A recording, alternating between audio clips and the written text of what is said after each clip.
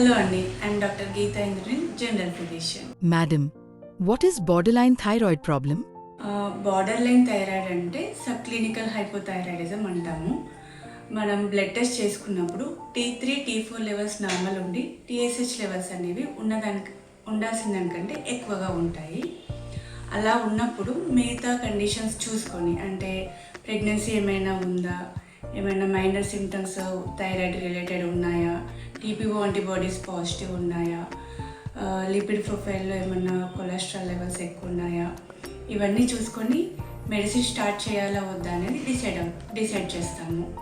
ఒకవేళ medicine start చేస్తే, అంటే థైరాక్సిన్ స్టార్ట్ చేసినట్టయితే ఎవ్రీ 3 మంత్స్కి కానీ 6 మంత్స్ కానీ టెస్ట్ చేసి డోస్ అడ్జస్ట్ చేస్తాము.